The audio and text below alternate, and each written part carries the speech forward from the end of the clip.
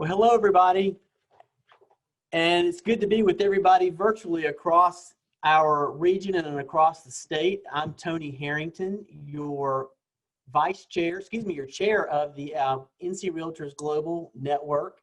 So it's good to be with all of you today. And we've had a fantastic 2 days of information from all of our guest speakers. And I'm excited to be able to share with you our next session, which is going to be talking about policy responses to housing challenges. And today, in many areas, the challenges that we face in our industry are because of underlying challenges that have happened because of our elected officials and the policies that they've put in place. From policies like inclusionary zoning to land use restrictions and others, there can be limitations to housing affordability. And today we're fortunate to have two nationally recognized experts with us examining the impact of regulations that have had on housing and some issues how to deal with those across the country. We're going to ask that you please join me in welcoming Dr. Celine Firth and Emily Hamilton. Dr. Celine Firth is a senior research fellow and co-director of the Urbanity Project of the Mercatus Center of George Mason University. He studies regional, urban, and macroeconomic trends and policies and has testified before the U.S. Senate and the House of Representatives. We also have Emily Hamilton, a research fellow and a co-director of the Urbanity Project at the Mercatus Center at George Mason University as well. Her research focuses on urban economics and land use policy. And she also has authored numerous academic articles and policy papers. It's exciting to have both of you. I'm hearing a lot of great things about the message that you're going to be giving to us today. And before we go into that, I just wanted to remind all of our listeners that if you have questions throughout the presentation, please use your chat function at the bottom and we will address those at the end of our session. So with that, I want to welcome you both, and I'm going to hand it over to you for your presentation. Thanks so much, Tony, and thank you all for joining us this afternoon. All right, let me get my screen up here. So Celine and I will be talking about land use regulations as a barrier to housing affordability, and we'll be focusing on a toolkit that we co-authored with a few other folks for the State Policy Network. And we'd encourage you to take a look at this toolkit. In it, we identify dozens of different policy reforms that can make localities centers of opportunity and reduce the barrier of land use regulations that are standing in the way of housing affordability. Today, I will talk about 4 specific recommendations that we include in the toolkit, and then Celine will go into more detail about how about some of the opportunities that are available to those who are wanting to encourage these reforms to be adopted in the localities where you live.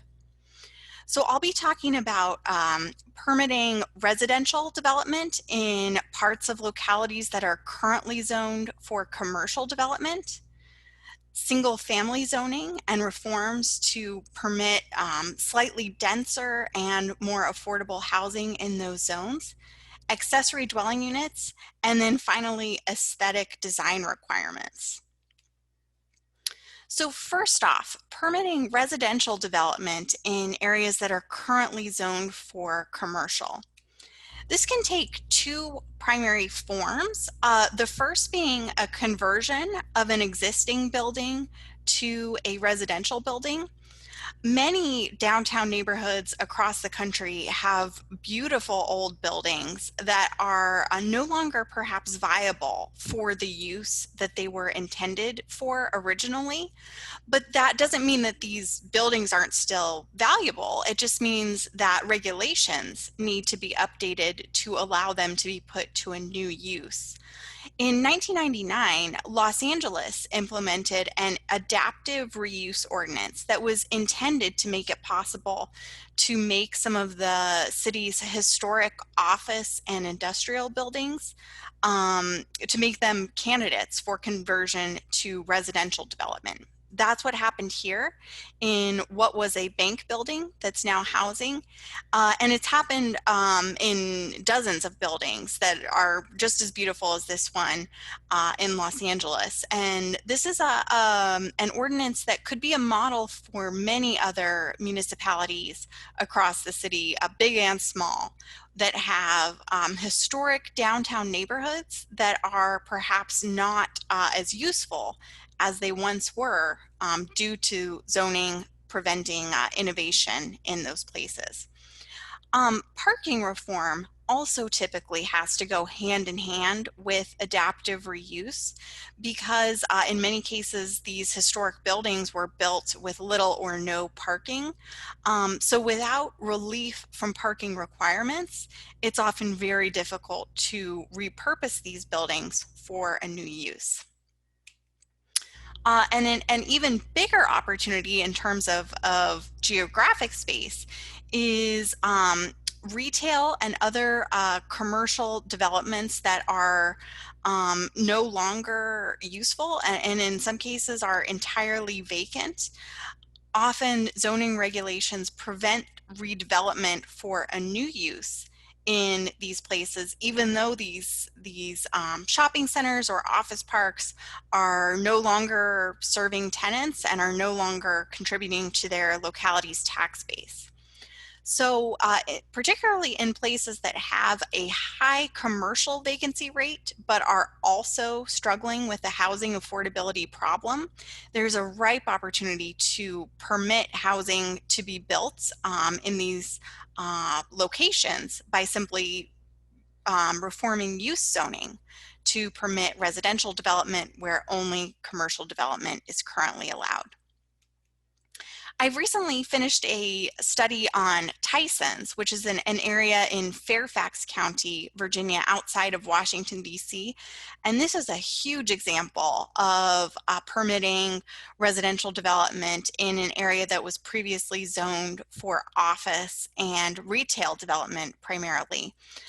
Huge new developments like these that you see in this picture are going up in places that were previously just parking lots for suburban office parks.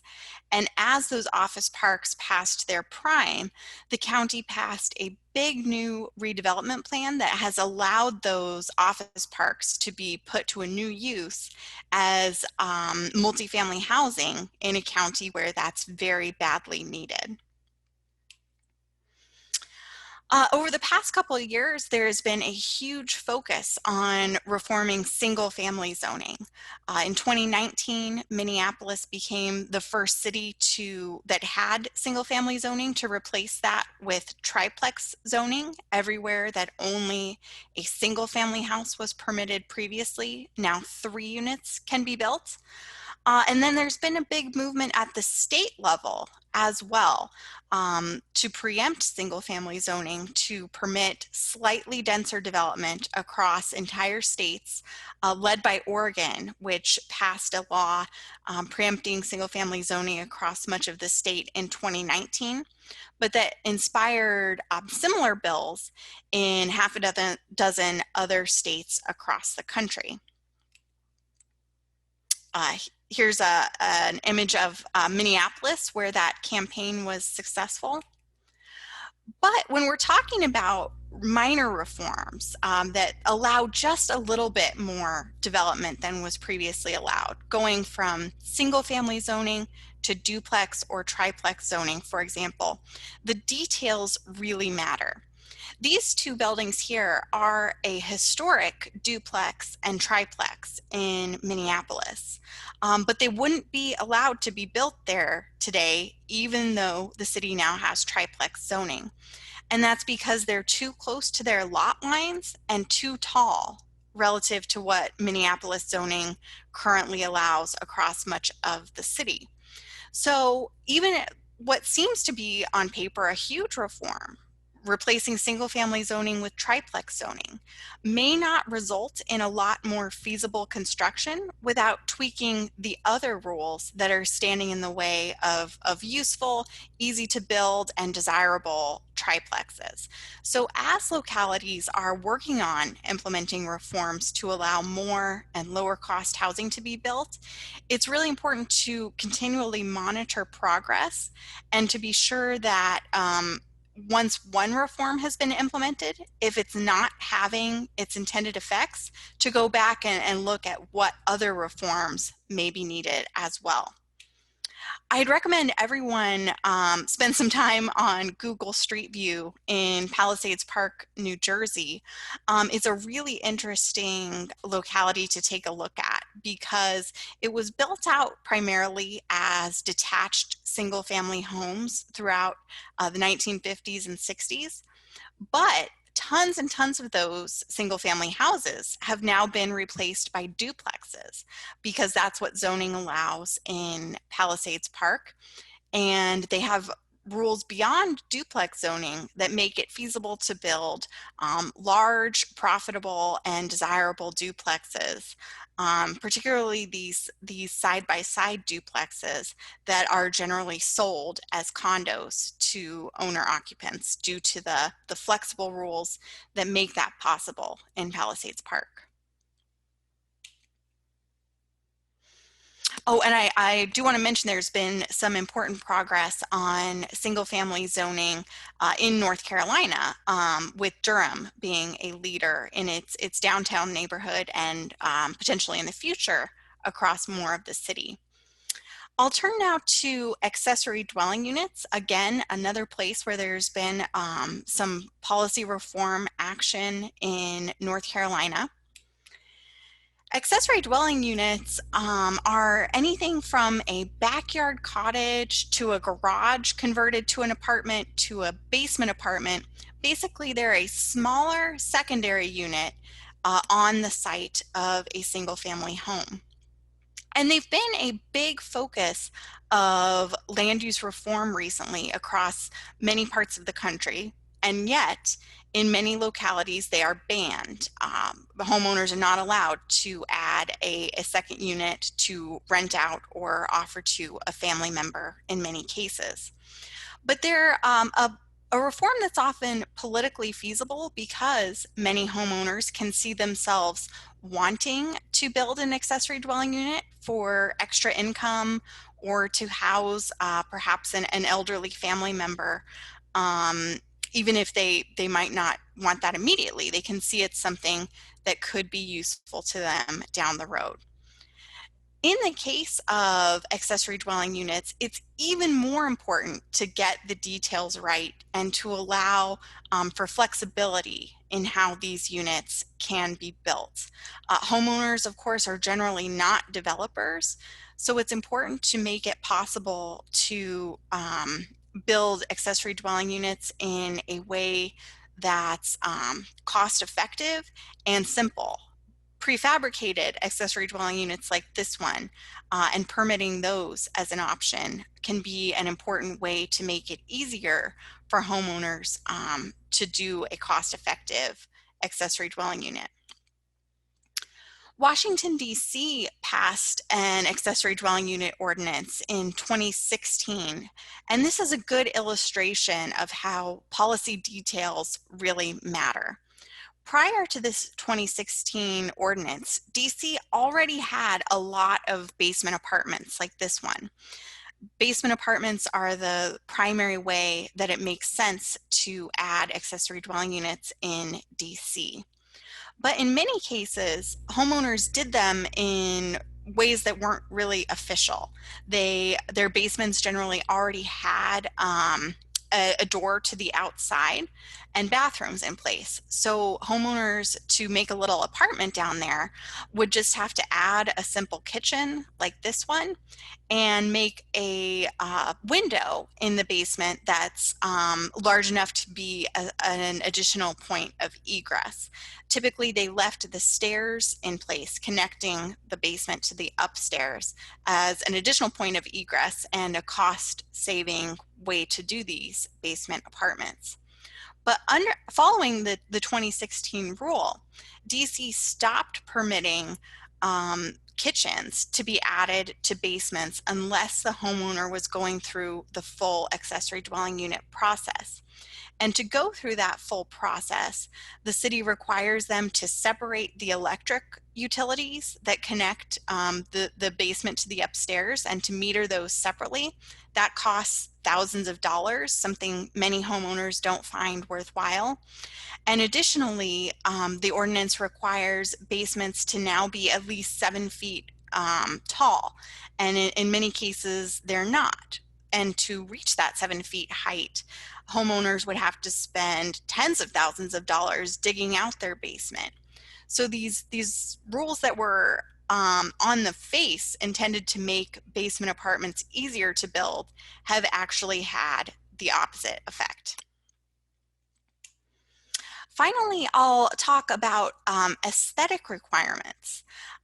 Many localities across the country have a lot of design requirements for new housing, mandating, for example, brick cladding, mandating a certain amount and certain type of windows and certain types of roof lines.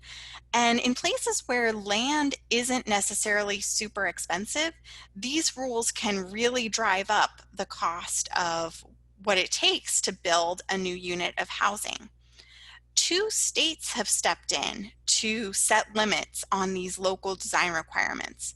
Arkansas and Texas have both passed rules at the state level that preempt local design requirements that are not related to health and safety and that aren't in building codes, but that are rather in cities' zoning ordinances. And this is an important step toward making it feasible to build more housing at lower prices and getting rid of those regulations that are preventing people from being able to access housing in their location of choice at a price point that's affordable to them. So those are the 4 points from our toolkit that I wanted to emphasize, but again, would encourage you to take a look at some of the other suggestions we've included in there. And I will now turn it over to Celine. Thank you.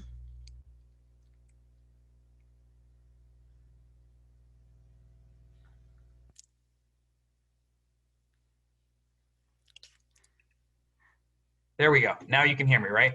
Yep. Good. Thank you all for being here. Emily, I appreciate that. The detail focus that you went over. I'm going to zoom out. I'm one of the last speakers you're going to hear today. So I'm going to share my screen with you and just show you a couple slides. Apologize if this is going to take a second. Where do I do this? I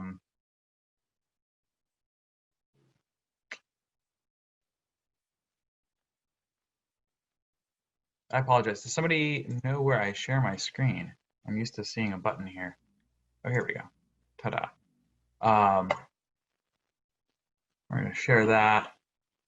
Here you go. And just going to show you this. So here's the toolkit that Emily was talking about. I apologize for the delay there. Emily and I had the privilege of being part of a nationwide group of think tank types who got to put this together. We met over the course of a couple of years and really had the chance to negotiate and discuss and bring perspectives from a really wide variety of places, including North Carolina. Probably many of you know the John Locke Foundation, headquartered in Raleigh, and they were at the table there. So Emily and I and 3 others from that working group became sort of a sub-working group, and we put together this gorgeous toolkit. And we can take no credit at all for the graphics and if you get a printed copy of this, like, you know, it's you're gonna want to use it as your tablecloth. It's so glossy. But anyway, the real thing is you actually want to get your hands on this. Emily, can you, while I'm talking, can you go grab a link and put it in the chat box so that people can download this for themselves at the end? Will do. Thank you. So here's some of the stuff that's inside. There's different case studies, and we have, you know, I think 6 or 7 strategies, kind of broad areas of change that we talk about. And with each of those, we're going to give you a starting point. And if you haven't, I'll say a lot of you on here are really already experts, but you know zoning in your areas, you know how the process works, and you know which parts of the political machine need to be greased until they stop squeaking. And some of you are like, whoa, what is all this? I just came here to sell houses. So if you want to get started, we've got starting points for each of these things. And so I'm going to get into those in a sec, but I want to zoom way, way out and say, you may not have heard this word, but I am a YIMBY. You've heard of NIMBYs, right? Not in my backyard. So there's this other group. We're called the yes in my backyard people, which doesn't work great in English, but that's what we are. And I want to talk about what that means. And I'm actually part of like my own little neighborhood listserv in my town up here in Maryland, where we endlessly debate things like, you know, the library rebuilding project, or whether the interest payments should be considered part of the cost, and all this, you know, little local debates. You know this stuff. Being a YIMBY means saying yes. It's not about ideals. It's not about urbanism or just the ideal, like finding the ideal community or figuring out what's perfect in your location. That's great. I hope developers do that. I hope elected officials do that. Being a YIMBY is about saying, oh, you've got an idea to build something. Yes, do that, right? If that's not somehow really horribly harming someone, go ahead and do your thing. And it's the belief that cities, writ large, cities, suburbs, villages, that are really good, the ones that really function, the ones we really love, that those arise not from planning, but from each person who wants to doing something of their own and saying, hey, let me try this here, let me try this there. So that's what really being a YIMBY is about. That doesn't mean there's no role for planning. I think it's really important that government figure out a street grid, that they plan ahead for the water and sewer capacity that's going to support the job creation that they know is coming, right? You don't want to have a case where your city is planning for a population of 2,000, and then you end up with 5,000 jobs, and all those families are driving in from half an hour away because you didn't plan to accommodate that growth. But how that growth happens, once you get off of public land onto private land, that's where I'm a YIMBY. Let each property owner, each builder be creative. And being a YIMBY means not just thinking yes, it means showing up and saying yes. So I'm going to talk to you about how you can show up and say yes in a bunch of different ways. All right, so on our first strategy, which is really like sort of the entry level, like, hey, you've never thought about this before, here are some of the basics. Here's our first starting point. Walk around your community and observe the houses, etc., the public places. What are the best and worst aspects? Now compare those, the things that you love or the things that are real problems in your community. Compare them to your zoning code. A lot of times what you'll find is that the things that you love are actually illegal. Like, they're grandfathered in. Nobody's going to come and ticket them for having a really small lot or a really small setback on that nice historic Main Street, but you couldn't build it new. And where that historic strip ends, forget about building historic, context appropriate new buildings. Now you've got to have a 50-foot setback and a 10,000 square foot lot size. Or the things that you really dislike. You might say, wow, well, my community's nice, but there's acres of empty parking. And then you go in your zoning code and you realize, wow, there's acres of empty parking because we require people to have parking based on formulas that have no kind of foundation in reality. And it turns out some businesses are required to have far more parking than they need. That costs money, it has negative environmental consequences, it uses up space, and it's kind of ugly, right? Nobody wants parking lots that aren't serving a purpose. Let's talk about how to say yes. So say you've done this, you've walked around your community, you've identified some things that you love and some things that you don't love, and you've identified where zoning is kind of a barrier. The way to say yes is to show up first at public meetings. Now, again, most of you have probably encountered these before, potentially with a client, where somebody wants to do something, and then there's a public meeting where the neighbors and anybody concerned from the jurisdiction gets to speak up and say, I really like this, it's going to be a real benefit to my neighborhood, or, oh, I'm really concerned where they're putting that parking lot is going to cause stormwater to run off onto my property. And for large scale developments, these are important ways to kind of air things out and make sure that you preemptively deal with potential negative spillovers. But a lot of times, the only people who show up are those who don't like change. The demographic profile of people who show up at kind of public meetings like this is older. I went to one last year and I had to drag my 4-year-old with me because, that's what I do in the evening is I take care of a 4-year-old. And if I'm going to go to a public meeting, she's going to a public meeting. And that's a little harder than, say someone my parents' age who's retired and can just go on their own time. So people are older. They tend to be wealthier. That correlates with race. So they tend to be white. And they tend to be homeowners, people who have a vested interest in property values rising. Now, in a lot of cases, property values rising is good, right? You're all nodding, yes, I want high property values. If they rise because there's great amenities and good job access and good public facilities, that's great. If they rise because there's not enough houses for everyone, that's bad, right? That's removing opportunity.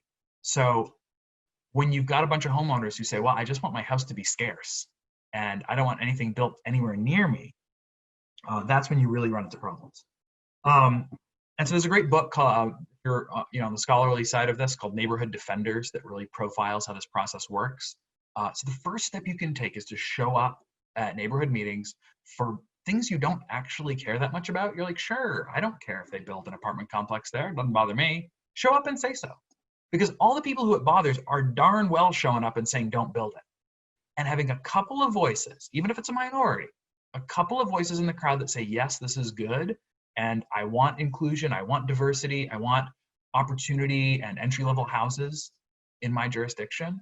Even a few positive voices makes a real difference in the ultimate decision. When policymakers are looking at kind of these like, well, it's 75-25 against, the law says we're supposed to allow this, okay, we're going to allow it. But if it's like 100-0 against, then they start to say, well, nobody likes this, and so there must be something wrong with it, even though we should allow it. And so even just getting that to a minority yes position makes a big, demonstrably, research shows, makes a big difference. All right, so going back to that starting point that I talked about earlier, find something to change. This is the next step. If you want to go beyond showing up at public meetings and being the yes man, yes woman, find something to change. Parking minimums are an easy one. Say, hey, I don't want empty parking lots. Let's have market-based parking in our city, in our county. Nobody in North Carolina thinks they're going to run a business in a suburb with no parking, right? They're going to figure out how much parking they need, and they're going to invest in that up front. And if it turns out that they're next door to, say, a church that has a parking lot they don't use 6 days of the week, they might find that parking by getting a contract with the church and not building a new parking lot. But the way your county's laws are written almost surely requires them to build a new lot, even if there's one sitting empty 6 days a week next door. So getting rid of those minimums, that's a great place to start. Allowing accessory dwelling units that Emily talked about, that's a great place to start. Pick one thing like that, try to find some like-minded people and bring that before your elected officials. And the last step, obviously, if you really want to get engaged in this, is run for office. And local elections, they can be just unbelievably petty. And I understand anybody who doesn't want to do that.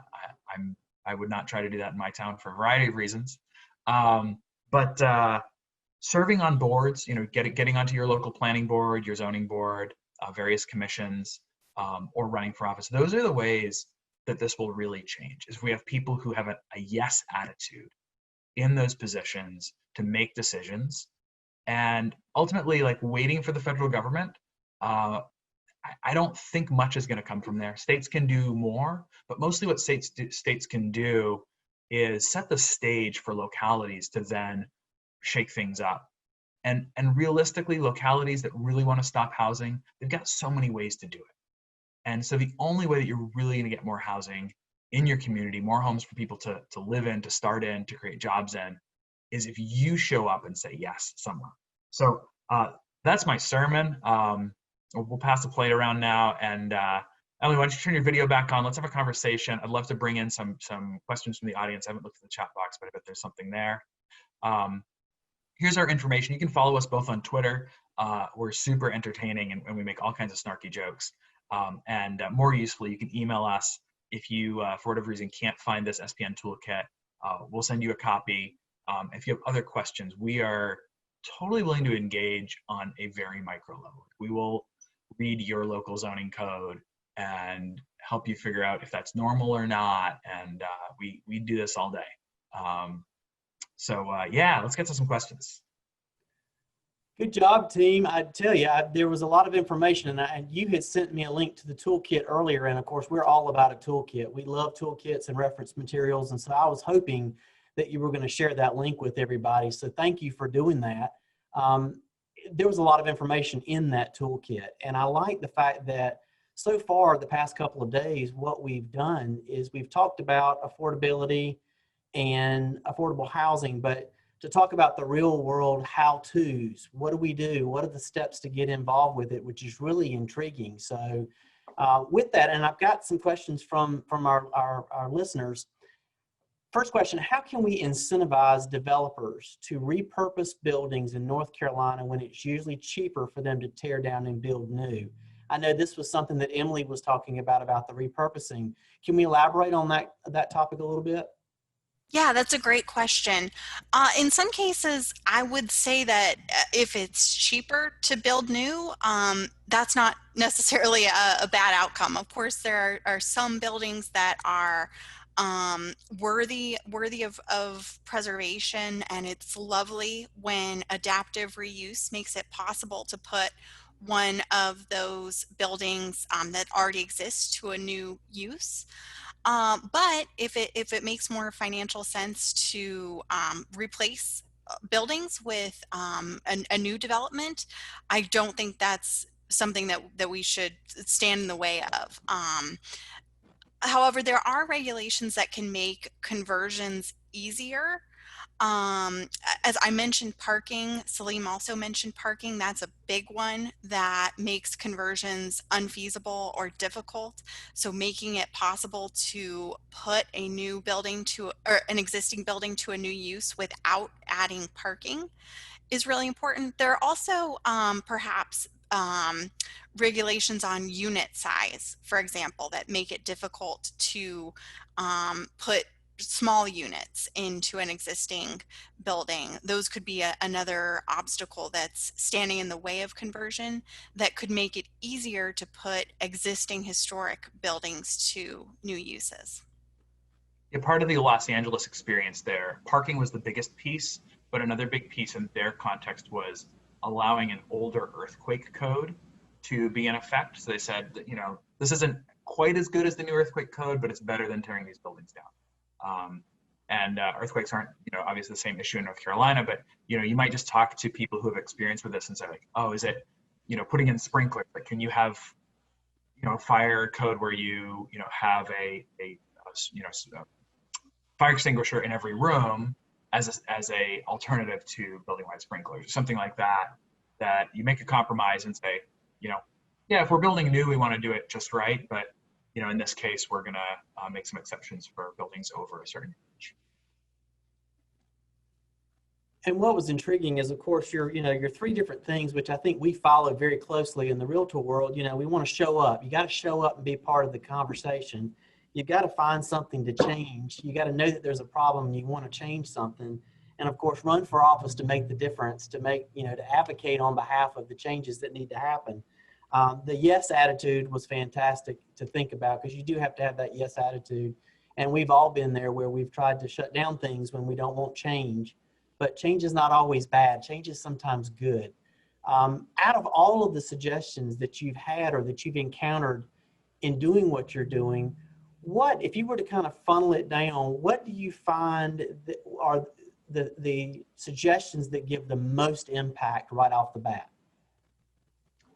Suggestions to elected officials or to members of the public? Suggestions to things that would actually allow us to make change, to create opportunities with housing, or out of the concepts that you've talked about. I see Emily, are there some things that you can phone in that really are specific that make things change quickly? Yeah, so a great question. I think in a North Carolina context, I think minimum lot sizes, which we didn't talk about, we talked about in the toolkit, I think those would be my number one. So you got to go context by context. In New York City, minimum lot size doesn't mean anything.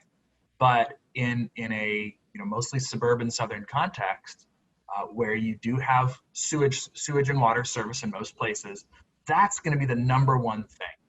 Do you need quarter-acre lots, or can you do it with an eighth of an acre, with a 16th of an acre? So Houston, which is like the one big city in America where there's really transformational change, where it's going from being a kind of sprawling Sunbelt metropolis to being, really the New South, with neighborhoods of townhomes and urban spaces. You can get that sprawl. If you love sprawl, there's plenty of sprawl left in Houston. It ain't endangered.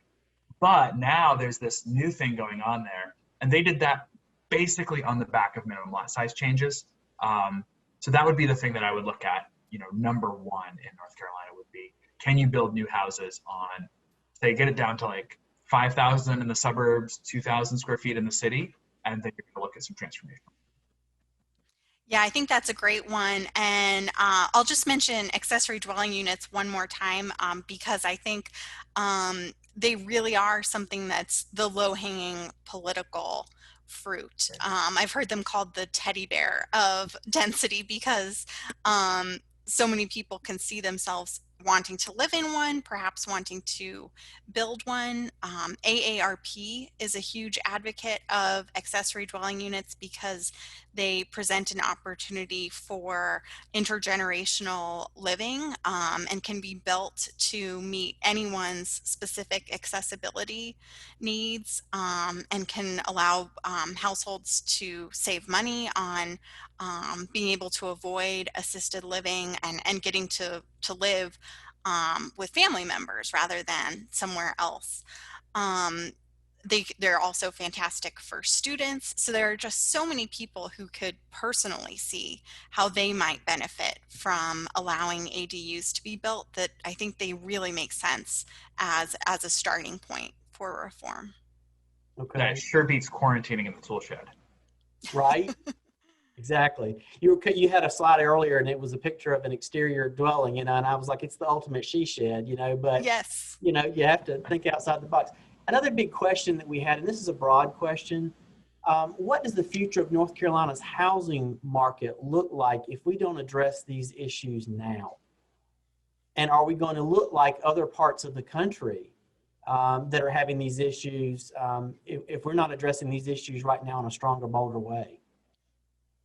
Yeah, so I actually got to study North Carolina a little bit a year or two ago. And, I think Atlanta is your future, right? So it's very similar in a lot of ways. And they kind of went down a road of big sprawl, big highways, big congestion. There's a lot of things to like about Atlanta, but the reality is, even if there's a lot of NIMBYism in North Carolina, people can always drive a little further to a more rural county that will let them build. And so the cost you pay for that, so it's great in terms of, you can find a home and it won't be too pricey. The cost is that you're going to pay in congestion, and then some mix of highway construction and sitting in traffic. And if you want to have, a mix of, more like small towns that are built together into a big metropolis, or big city living, in Charlotte and Raleigh, you have to change the rules, or you're going to get the situation where everybody lives in a subdivision, everything is 45 minutes away, and there's just a quality of life trade-off where you're like, well, I have a job and I have a house and it's all very nice, but like, I don't get to see anybody because I have to sit in traffic for an hour and a half on my way home from work. And I think that's really what you have to think about. You're not going to be San Francisco or New York. It's just a different culture and a different topography, but it doesn't mean that you can grow forever out without consequences. Yeah, and I think it absolutely makes sense to take action before congestion or housing affordability problems get to real crisis points. When you're a state like California, you have all these people who have bought $1 million starter homes who, they are very opposed to any types of reforms that are going to improve housing affordability and make those assets that they just purchased less valuable. So reform, both in terms of affordability and in terms of creating development patterns that allow for people to live closer into their jobs and other amenities that are at the center of regions. Um, Reform is easier and more successful. Yeah. And as we've noticed, with COVID, everybody's rethinking the space that they live in now. And if they're not able to have the open space or the compartmental space to have home office with children and all of the other dynamics that happen within a household, then, if you can't find that in the city center where you are, you're moving out into the areas, which is part of the dynamic that we have in North Carolina, because North Carolina is so diverse. We have a coastal region where those properties are so expensive, or the land values are going up so much because of what that is. And then you've got your metropolitan areas across the state, and then we have rural. And so we've been working closely in North Carolina with, discussing the whole rural urban divide and how that looks and how we work with those. So there's a lot of discussion to be had on a lot of different fronts. And we want to thank you, first of all, so much for the information that you've given us. Tell us each how we can get in touch with you or see more information about what you're doing. Great. Well, I'll throw this slide back up here with our emails, because it's a lot easier than. There we go. That's a lot easier than spelling it all out. There we go. So, and we're both on Twitter. It's an easy way to follow our work and see stuff that we've written. Perfect. And to our membership, there are a ton of videos online. If you search Celine or Emily, both, I have watched many of them, and it's great content. So keep up the good work. It was a pleasure to have you with us today, and we look forward to hearing more information from you in the future.